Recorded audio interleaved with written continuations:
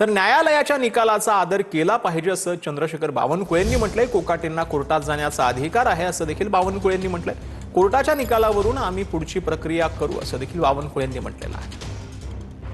कोर्टाचा निकाल आमचा सर्वांनाच मान्य असतो आणि कोर्टाचा निकाल माणिकरावजी स्वीकारतील। आमचं त्या ठिकाणी कोर्टाचा निकाल फॉलो करणे, कोर्टाचा आदर करणे आमची जबाबदारी आहे। त्यामुळं शेवटी कोर्टाच्या निकालावर वरच्या कोर्टात जाणे, वरच्या कोर्टात बाजू मांडणे हा आमचा अधिकार आहे, माणिकरावचा अधिकार आहे। पण शेवटी कोर्टाचा निकाल स्वीकारूनच आम्ही पुढे जाऊ।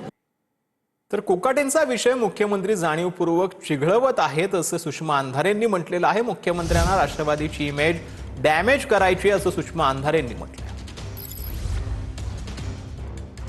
राजीनामा सहजासहजी घेणं हे देवेंद्रजींच्या हातात असताना सुद्धा ते तसं करत नाहीत। याचा अर्थ स्पष्ट आहे की देवेंद्रजींना ठरवून जास्तीत जास्त राष्ट्रवादी डॅमेज झाली पाहिजे असंच वाटतं। कारण जितके दिवस ही चर्चा चालत राहील, जितके दिवस हे प्रकरण चिघळेल, तितके दिवस ऐन महापालिका निवडणुकीच्या तोंडावर हा पक्ष तितकाच डॅमेज होत जाईल। मुळात महायुतीची अशी काय मजबुरी आहे की महायुतीला वारंवार असे सगळे करप्टेड लोक मंत्री म्हणून लागतात। आता निवडणुकीच्या काळामध्ये अशा प्रकारचे आरोप प्रत्यारोप होतील आणि म्हणून त्याची पर्वा टाळण्यासाठी हा मार्ग स्वीकारला मुख्यमंत्र्यांनी।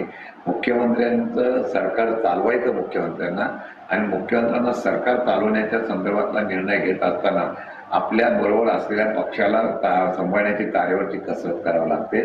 माझ्या माहितीप्रमाणे आतापर्यंत बऱ्याच अजितदादांच्या गटाच्या मंत्र्यांवर फक्त कारवाई होते असं दिसतंय, परंतु बाकीच्या मंत्र्यांवर भ्रष्टाचाराचे आरोप झाल्यानंतर सुद्धा त्यांच्यावर कारवाई झाली नाही, वस्तुस्थिती आहे। मला वाटतं की तशी भावना दादांच्या असलेल्या कार्यकर्त्यामध्ये झाली असेल असं मला वाटतं। घटना, संविधान, विचार काही घेणं देणं नाही आहे। जो मंत्री सदनिकेच्या गैरव्यवहारात अडकलेला आहे त्याचं संरक्षण हे सरकार करतं। खातं काढणं म्हणजे काय फरक पडतो त्याला? मंत्री असतोच ना तो, मंत्री असतोच, मंत्र्याला अधिकार असतात तेवढे। खातं काढून जमणार नाही, मंत्रिपदावरून काढून जमणार नाही, तर आमदारकीचं सदस्यत्व सुद्धा रद्द सरकार हे करावं लागेल। आताच्या घटकेला आम्हाला काही फरक पडत नाही। भ्रष्टाचारात आम्ही सगळ्या आमच्या युतीच्या लोकांना पाठीशी घालणार असाच संदेश आज त्यांनी महाराष्ट्राला स्पष्टपणे दिलेला आहे। आताच्या घटकेला खरं तर विधिमंडळाकडनं तात्काळ कारवाई करून यांची आमदारकी रद्द होणं, त्यांचं मंत्रिपद रद्द होणं हे अपेक्षित होतं, त्यांच्यावर अटकेची कारवाई होणं हे अपेक्षित होतं।